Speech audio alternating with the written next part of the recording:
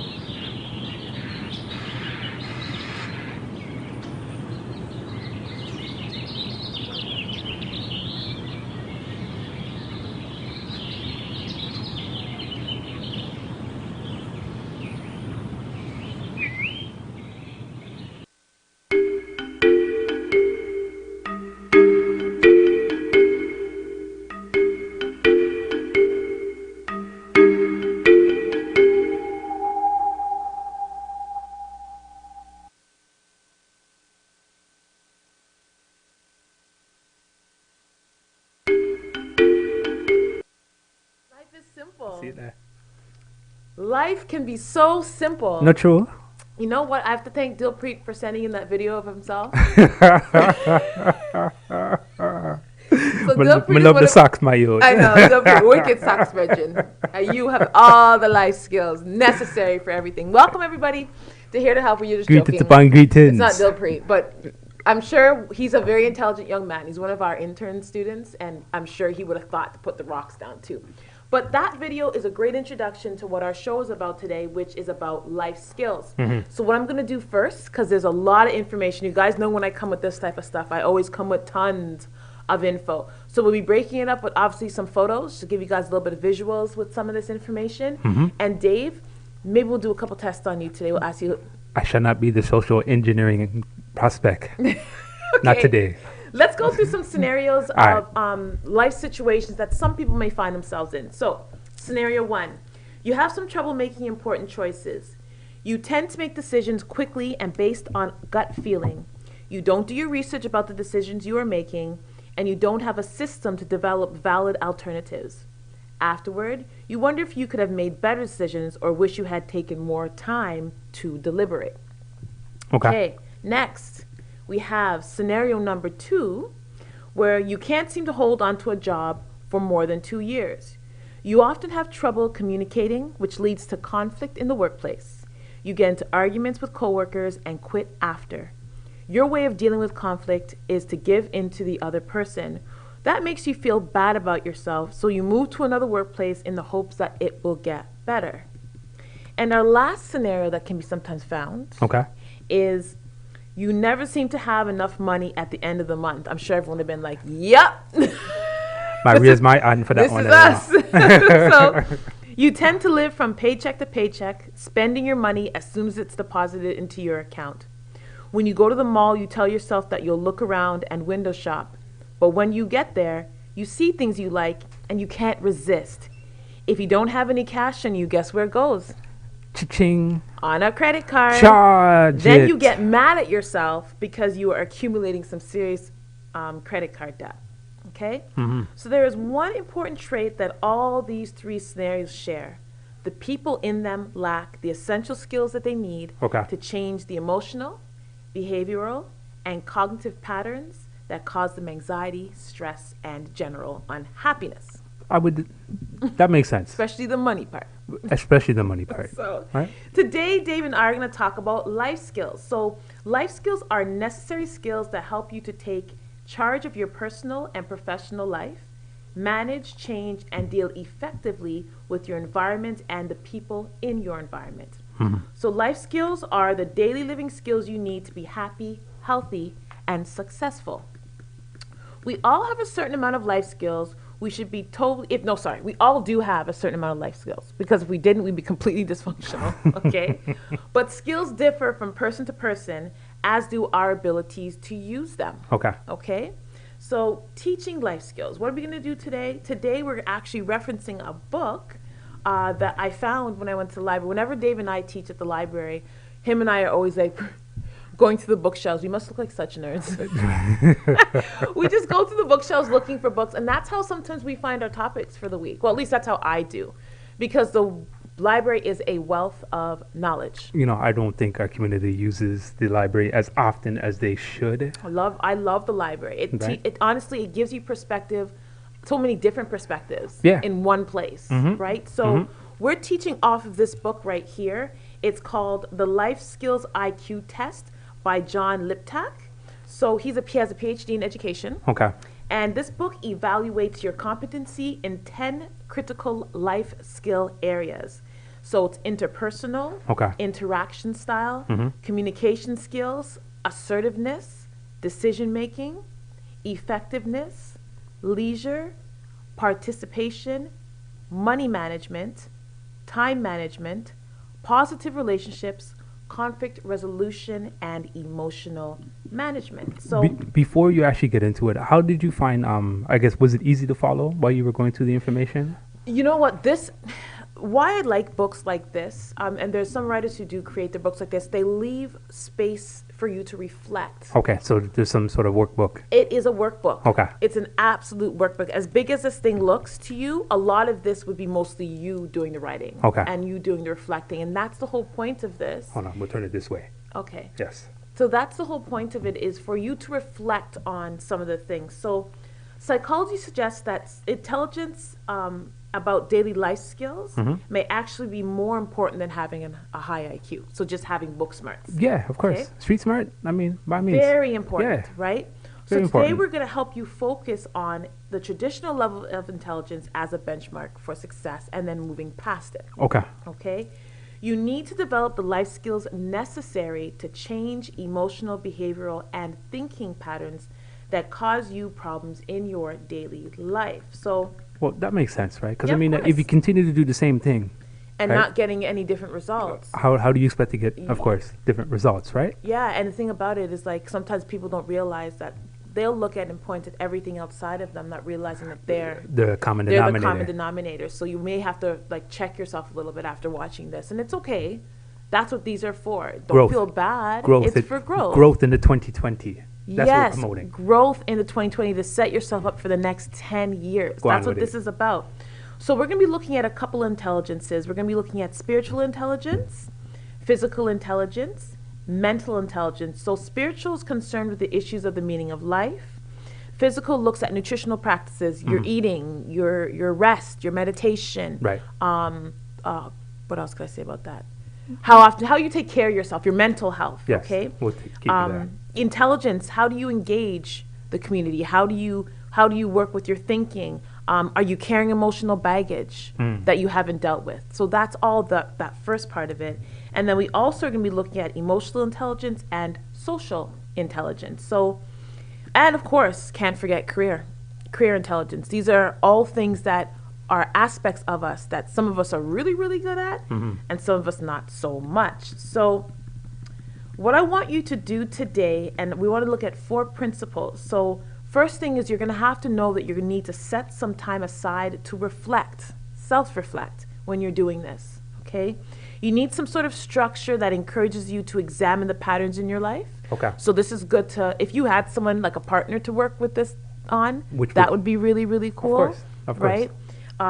You need to journal about your past to better understand how negative behaviors have formed right now in your life. And you need to make some behavioral changes. It's okay to do all this self-reflection, but without action, it's just you reading a book and writing down some words. Right. So you have to be prepared to do some work. It's not easy, and it requires a little bit more attention, paying attention to yourself, paying attention to how you think, how you feel. But it's how you're going to discover your weaknesses to turn them into your strengths. All right? So before we go into segment 2, a couple things I want to make sure I put out there before we go into the rest of this is the assessments that we go to today are designed to be exploratory in nature. They are a starting point for you to begin to learn more about yourself and how you fit in this world. And the inventories that we go over today, there's 10 of them. We're only really looking at 3. So it's something that you may want to look into the rest of them. We only have time for 3. But this is not a substitute for professional assistance. So if you need professional assistance, do not turn away from getting yourself a counselor or a psychologist. This is just to start exploring. You might start doing this and something does trigger you, right, where it's like, you know what, I do need help. I don't know how to change this, but I know I need to change it. That's when you start looking for professional help.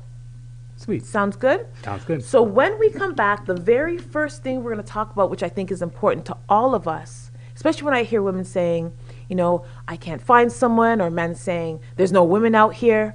We need to start checking ourselves with this. So we're going to look at interpersonal relationships when we come back on Here to Help You. See you guys soon. At Benjamin Law, we understand the real cost of personal injuries. As the victim of an accident, you may be the one who's physically hurt, but your main concern is that your family are the ones who will pay the price. Benjamin Law will be there for you, helping, supporting, and working tirelessly to resolve your personal injury case. Call 1-855-899-4878 or visit benjaminlaw.ca and let our family of lawyers help your family. Christina, Well, I'm trying to find I think you my should just do line. all of this for the commercial, guy. I think you should take any of this out. Is it I the- think just put is some of that- this stuff in. I Is think the it'd be commercial- good. Is this the commercial? Is it for In the Now? We're See, doing she a new didn't one? even study the script. You see, this is Why the are we stuff you doing should a be new catching. one? We don't have no new one. This is for our commercial. We have a commercial now. She's making a commercial for us. For when?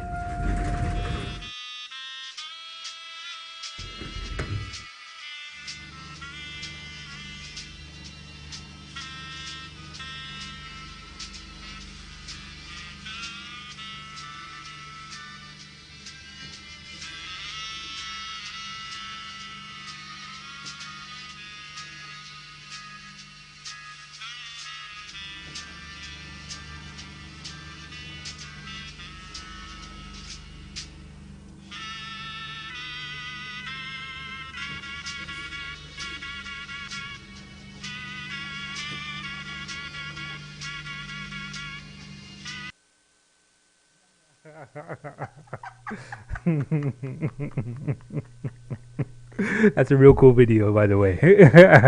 Honestly, sometimes searching for videos for these shows are the best part of it. Oh, So I could welcome imagine, back, man. everybody. I could Welcome back imagine. to Here to Help You. So if you're just joining us today, Dave and I are actually going through life skills and the importance of life skills. Another way that we can call it is street smarts.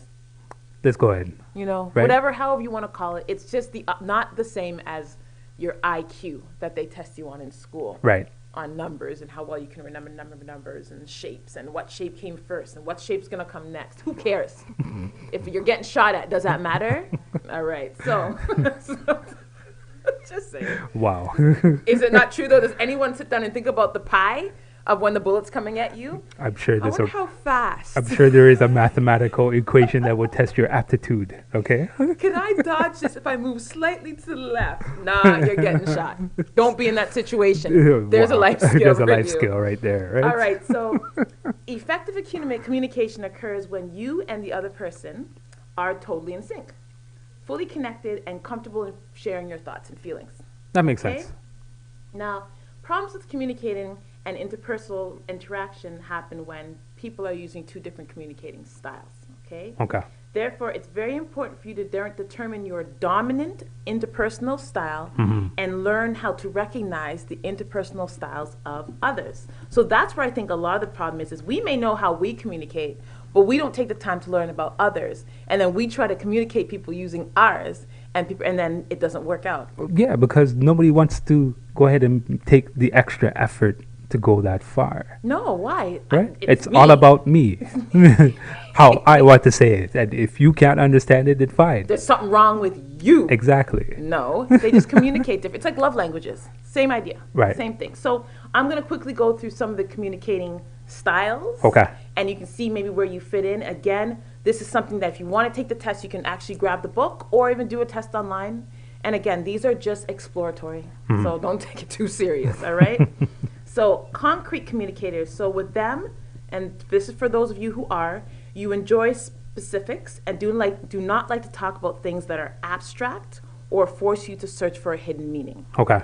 You have brief interactions to get straight to the point. Okay. You are not interested in information or conversation that is vague or impractical. Okay. And you are very good at organizing your thoughts. So I do have some questions for concrete communicators to think about in the sense of them communicating. So Okay. one, you often assume that your way is the only way to do things. How does this affect your relationships with others? Okay, so think about that. You love examining minute details. Describe a time when you did this and it kind of ruined the whole conversation. Okay? And you do not like to express your feelings to others. Describe a situation in which you wish you had been able to take that time to express it. Okay. Okay? The next type of communicator is the spontaneous communicator. So you enjoy communicating in an action-oriented, hands-on environment that stimulates your senses. Your language tends to be uncomplicated and very down-to-earth. You love being around people, and you tend to be being a magnet for others. You have lots of energy, and you get frustrated when you're trapped in a long conversation. Sorry, that was funny to me. So here are some questions for you spontaneous communicators. You need variety and excitement and adventure in your life and in your relationships. How have these needs stopped you from developing relationships or stopped you from further developing established relationships? So you have to question yourself with your communication style. How is this helping you and how is this hurting you? Okay. In your communications, you tend to use a lot of hand gestures. You may ramble too much. How has this energy both helped you and hurt you? Oh, wow. Okay. So next, we're gonna go to intellectual communicators. Okay, hold Dave, on. what? Hold on. Hold on. All right. I'm going to read this part here. Okay. All right? Whatever, Dave. Whatever, Dave. Because I feel like you have something to say. What do you have to say? Nothing. Go ahead, read it. Really? What I got to say? I ain't got nothing to say. Go It's up ahead, Dave. the script. Read it. All right. Intellectual communicators. You enjoy thinking and talking about abstract, conceptual ideals and events. Really? You tend to enjoy talking about possibilities rather than facts or reality. When you are communicating, you tend to focus on inconsistencies and logical flaws in your own and others' speech and thinking. Your language tends to be complex and scholarly. Questions for the intellectual. Stop. Why are you saying it like that for? Dave, do you have something to say? What are you talking about? Do you have something to say? Really? Okay. That's what you want to do right now? Go You ahead, want to Dave. go ahead? Wait, because you're ahead. concrete? Is that why? I'm not concrete. Questions for the intellectual communicators. Whatever. Sometimes you can be silent, cold, or resistant in social situations. How can you overcome this behavior? You I tend, can't. Next. you tend to be very serious. With what are some of your non-intellectual activities in which you would like to engage? I can't talk about those on this. Also, you like to have logical reason for all that you do and say. List several things that you would like to do or say that are more spontaneous. Again, I can't discuss those on the show. Oh, wow. Okay. Sensitive. You want to read this one too? Why not? Let's go for it, man. All right, let me go ahead and adjust myself. Go right? ahead, Dave. Sensitive communicators. All right. So you enjoy talking about feelings and matters of the heart. Do you notice that I use the man? See, people would assume that I use a woman for sensitive, but men can be sensitive too. Go ahead. We're gonna have to talk about that flower in his ears or whatever, you know? I knew Dave would have a problem with it. Go ahead, Dave. I'm going to get one for you. Sure, I'll wear it in my hat. You tend to talk about possibilities and what might be in the future than what is in the present. You are very sensitive to subtle nuances in communication, such as a person's body language, facial expressions, and vocal intonations. You are great at reading between the lines.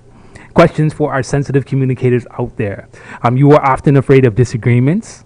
Describe situations in which you probably should have stood up for yourself but did not. Dave, answer the question. I feel like you have something to say right now. I just asked you to answer the question. I really do. Go ahead. All right, so you are not very assertive. Dave and Selena. Describe the people with whom you feel you need to be more assertive Dave with. and Selena. Right, and also you read other people well. What do you think your body language says when you are communicating? I can see your body language right now, right? And I feel it's really communicating something that's very, how do you say, along the side of verve. Whatever. I don't even know what verb means. So right. let's continue. Okay. So some exercises for you guys, and this is on just the topic of interpersonal relationships. Questions to ask yourself.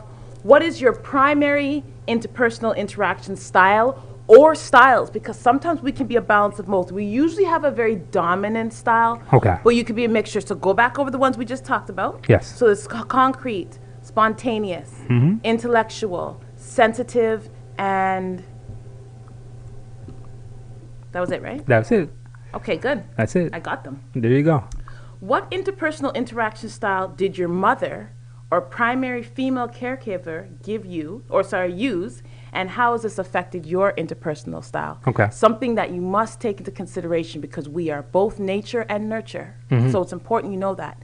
Same question when it comes to the father or male caregiver. What type of interpersonal style did they use, and how do you think that's affected you in your life right now? Right. And what changes would you like to make to your own interpersonal style? This is the thing about life skills, is that you can build on them, you can subtract from them, you can try to find a way to balance them out. It's the beauty of living, There you is go. that you can always make changes. When we come back, we're going to talk about something that affects a lot of us as well. Money. We'll see you soon. I'm here to help you.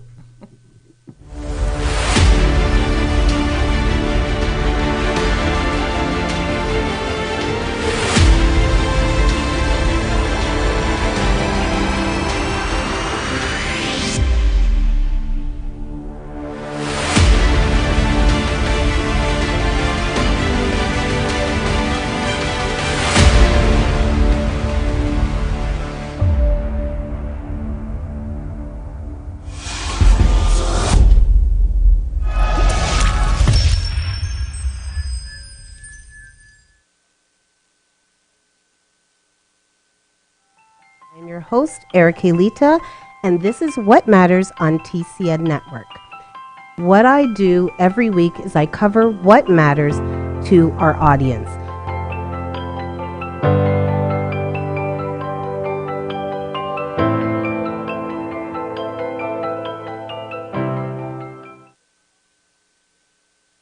As corny and cliche as it may sound, time is indeed money. In fact, one of the top personal finance mistakes revolves around the belief that the only way to become wealthier is to get better at investing the money you already have. Let us assume Bill has a decent enough job and managed to secure savings of roughly $10,000, which he invests in stocks at an average return of 4% per year. He isn't satisfied and invests 5 hours per day obsessively reading investing books, hoping he can increase his returns to 20% yearly.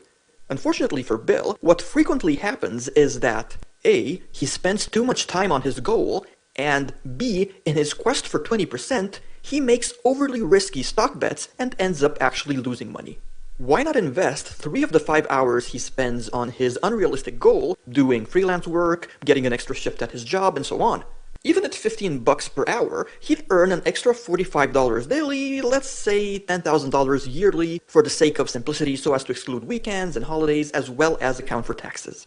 In other words, he essentially doubles his savings after a year. As time passes and his wealth grows, 4% per year all of a sudden doesn't seem that disappointing. The conclusion is therefore simple. Time management can be just as important as money management. Fair enough? Welcome back, everybody. Welcome back. We hope you're enjoying the show and having as much fun as Dave and I are as we're talking about life skills or street smarts and the importance of them and how you can build on them, you can subtract from them.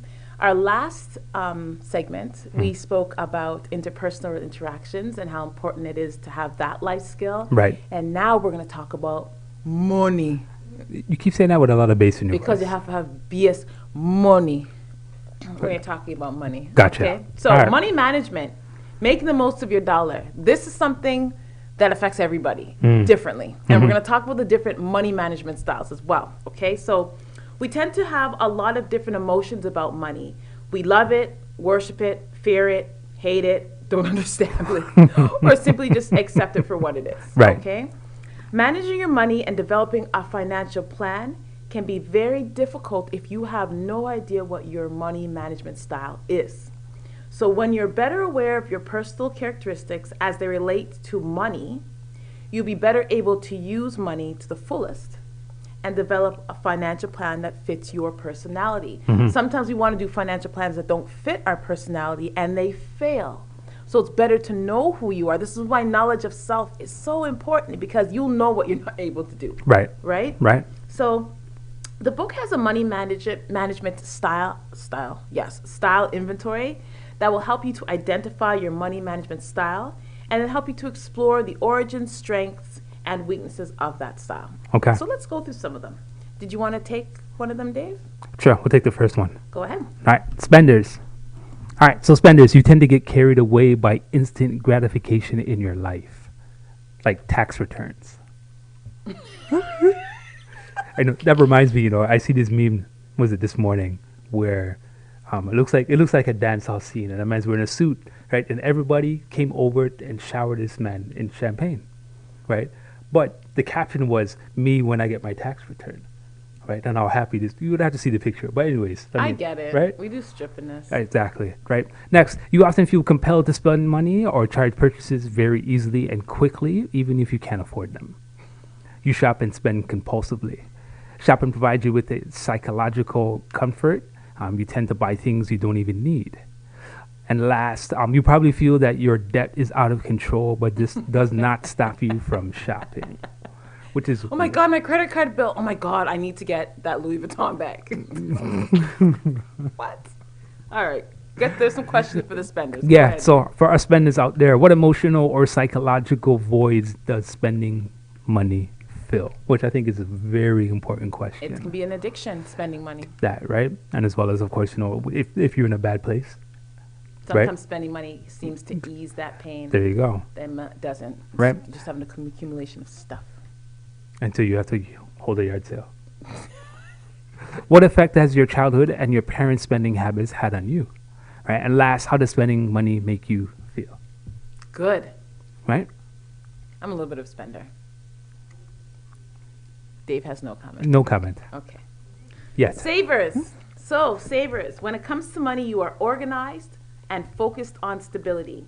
You are educated about money and financial strategies. Look at all them pennies. You have conservative spending habits, and you do not like to you don't like change of any kind. Okay? So questions for the savers. How are your money spending and saving habits similar or different from those of your parents? Do you notice that these go right back to your parents? Yeah, because everything starts in the household. Everything starts at home. Every single thing you do in your life. It doesn't matter how much you're like, oh, I'm nothing like your mom. You're Trust me. exactly. There's pieces that are there. Yeah. Right? You may have suppressed them now, But they're there. Trust me.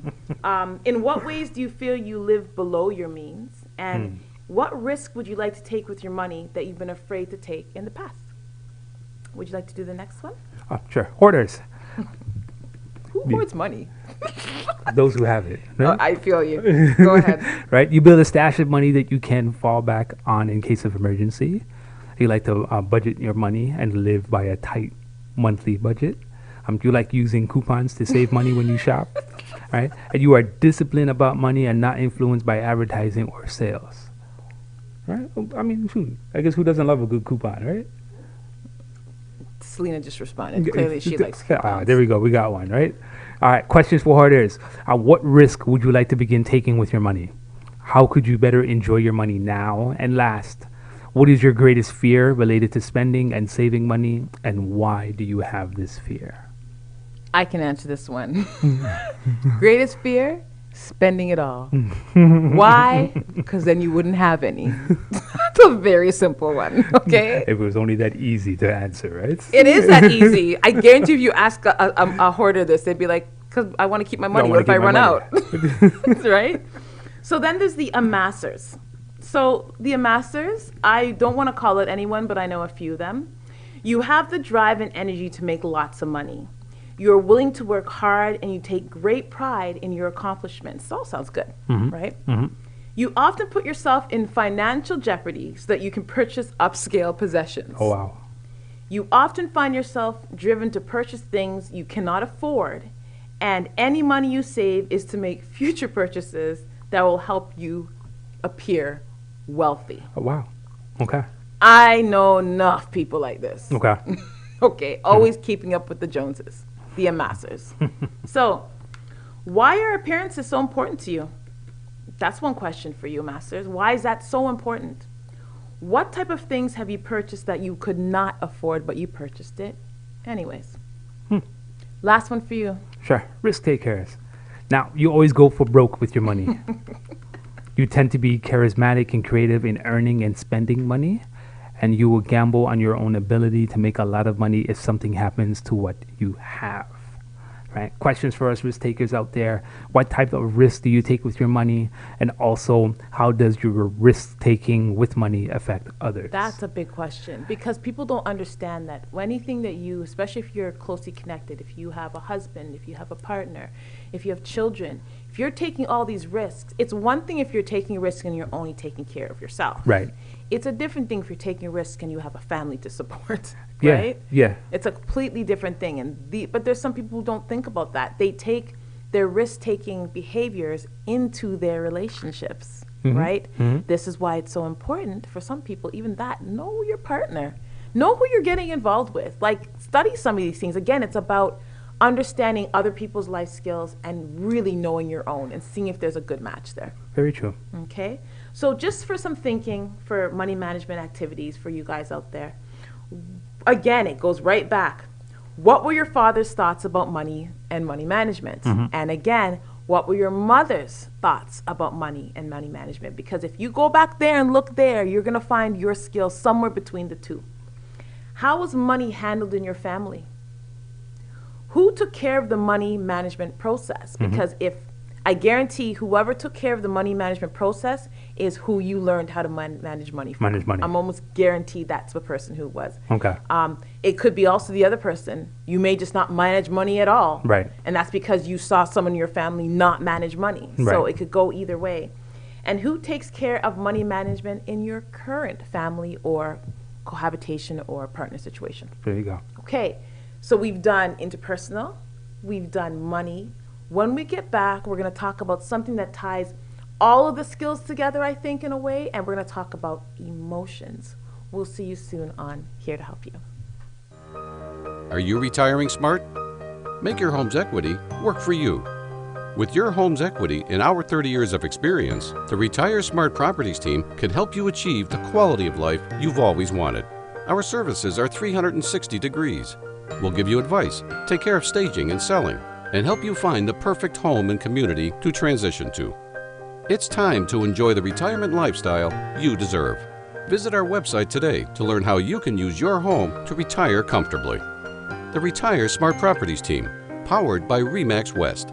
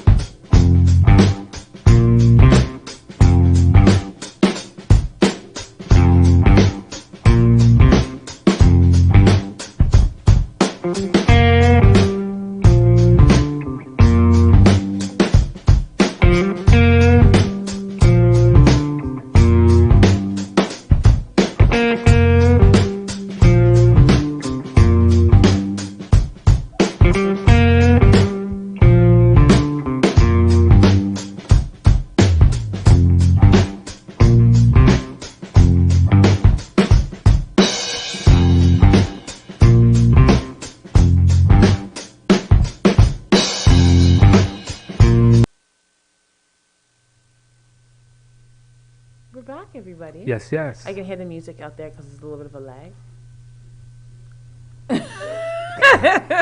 So, welcome back to Here to Help You. If you're just joining us, definitely take the time to go back and take a look at what we're talking about today. Today, we're talking life skills. Yes. And it's been a lot of fun. We've learned a little bit. Definitely want you guys to do a lot of interpersonal growth or intrapersonal work. It's very, very important. So Know thyself, family. Know thyself. know thyself. Big, big thing. Mhm. Old African proverb? Yes. Okay. So now today, for our last segment, we're going to look at emotions. So the most recent developments in emotional management have come from the field of cognitive psychology, which is one of my favorite topics. Anything that's to do with this is one of my favorite topics. So cognitive psychologists believe that it's not situations or other people that cause anger. Rather, they suggest that your emotions are actually the consequence of what you think about an event. It's not the event itself. It's, and I always tell people, it is projection. Everything that you experience is coming from your lens and projected outwards. We're like a film. A film. Everything comes in and it comes out of us. Right. So it's what we've been fed through our lives. It's what our beliefs are, what our experiences are. That's how we look at the world. That's how we screen the world. So as you interact with your environment, you first think about what is happening to you, experience with your emotions, and then you react physically. Okay? So the conclusion is that it is possible for you to control your emotions if you can just get the hang of controlling your feelings and your thinking. Sorry. Controlling your emotions, if you can get in control of controlling your thinking. Does that make any sense? I think they understand. Control to words. control to control to control. There you go. Okay. So you can actually learn how to control your emotions by developing new and more effective ways of thinking and behaving. This goes back to my original thought in the first segment when I said the great thing about life skills is that you can always build on them. Right. You can always build on your life skills. So in the book, they use an emotional trigger scale that is designed to help you explore what is happening in your life when you're thinking and what triggers negative emotions. Okay. All right. So let's look at some of the scale descriptions that they have. So they had S, which stands for expectations of self, O, which stands for expectations of others, and W, which is the expectations of the world. So let's start with expectations of self. Low scores on this scale suggest that you have irrational expectations related to your abilities, intellect, achievement, and success. Which means what, Dave? How are you going to react emotionally to the environment? Well, Obviously negative, very negatively. right? Right? Because of the way you think about yourself. Remember, it's coming from the inside and heading out. How Right. you see things comes from the inside, looking out. There you go. Right? So, expectations of others. Low scores on this scale suggest that you have irrational expectations about intimacy with significant others, support from others, and disappointments with other people in your life. Oh, wow. So, again, imagine how you're going to react to other people if this is what's happening to you. Anything people say Will is be. going to trigger you. Yes. And of course, expectations of the world. So, low scores on this scale suggest that you have irrational expectations about traffic, weather, a lack of organization in the world, and why certain things just keep happening to you. You know, I'm very curious in regards to like some of the Questions? Yeah. Why don't you read some? They're there. The answers for them are like me and not like me, I think, right? say yes or no. Okay, that was the other one then.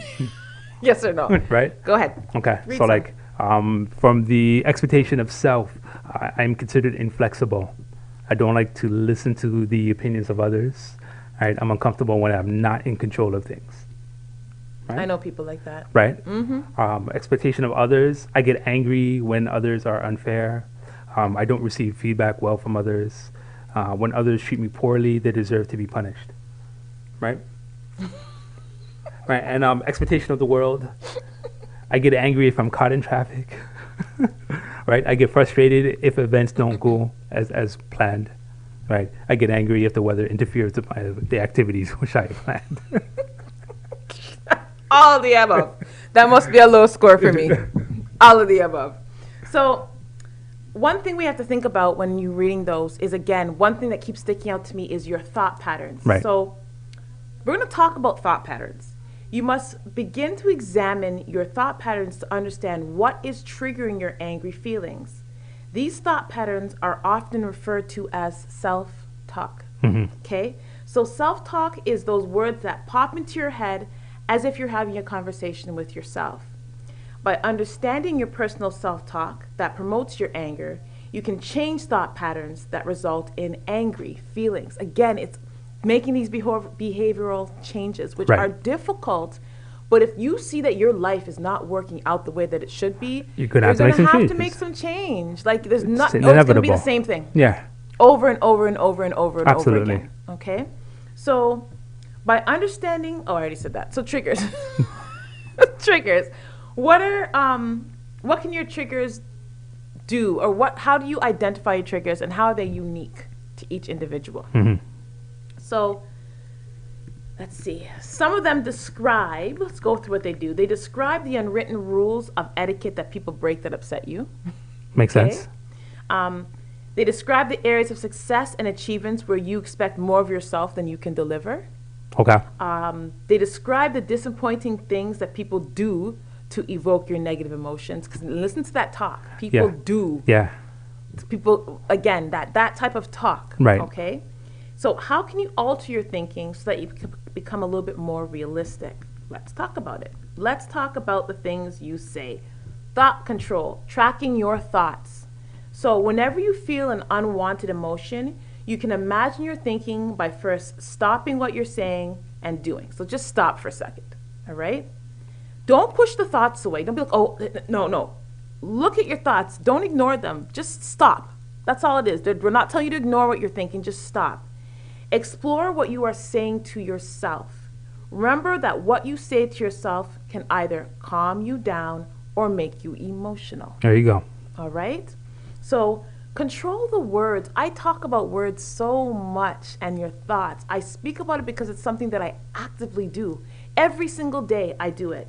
Things to avoid saying. See that barbed wire in our moat? All right. Who is he or she to treat me like that? Life is not fair. Just my luck. This is not fair. This should not be happening to me. I don't deserve this. This has become part of a lot of people's daily dialogue, not only to themselves, but also to other people. Right. Okay? What can we do to substitute? And again, none of this is easy, guys. This is difficult to do, but it's important to know what to do to replace these thoughts. So, I don't have to take this personally. Okay. Ooh, where did we hear that before, Dave, to test you? Where have you heard about not taking things personally? I'm at a loss. The 4 agreements. Oh, yes. Very The good. 4 agreements. The 4 agreements. As well as avoiding saying things. Be impeccable with your words. So as you notice, there's certain themes about life that continue to intertwine in everything that we do, right? It's just depending on how you want to look at it. They are entitled to their own opinion. I can't say that. Tried. I don't know about that one. I will react differently this time. Again, very difficult to do, very easy to say. This is a challenge, not a problem. This one I like. Just changing the word from, oh my God, this is such a problem, to this is a challenge. Because a challenge just means that now you have to get over it. Right. You're going to work on ways to get around that challenge. Life isn't always fair. Just being realistic about that. Life isn't always fair, and that's just the reality. And these type of things happen to everyone. You are not the only one going through it. You're not the only one feeling what you're feeling. Other people are too. Do you have anything to close, Dave? I just hope that people got something out of this. And you know what? Maybe you guys will take the time to go over these 10 life skill styles. Yeah, I think what we did today is groundbreaking, and not in the sense where we're actually like it's a new frontier, No. right? However, though, with respect to where a lot of people may be, right? We just don't know in regards to like some of our viewers may be at this point in time in their life, Yes. right? So hopefully, of course, these words do trigger those out there who are listening in a positive direction. And I think it's very fitting for 2 reasons. Yesterday was proclaimed Black Mental Health Day. Okay. So in Ontario. Okay. So that proclamation was made. This is very fitting for that because a lot of this does have to do with your mental health as well. Correct. And we're coming up to International Women's Day. Okay. So all of this, a lot of these concepts in here, obviously are not just for women. I think definitely women would serve from learning from a lot of this and really looking at themselves, especially the ones who sometimes tend to stay in that victim role. Right. Examine yourself. That's kind of what I want to end with for everyone. It's never too late to start examining who you are. I don't care how old you are. You could be a millennial. You could be a Generation Z. You could be a Generation X. You could be a baby boomer. It doesn't matter. Start looking at your life. If you're not happy with it, make some changes. It's not hard. And if you can't do it yourself, we're here to help. There you go. Next week, guys, I don't know what we're doing next week. We'll figure it out. Like Dave's we doing always the do. show next week. I'm tired. My eyes are all bloodshot. You can't see from that far, but they are. I'm exhausted. Guys, you have a wonderful night. We'll see you next week on Here to Help You. Peace and love, family.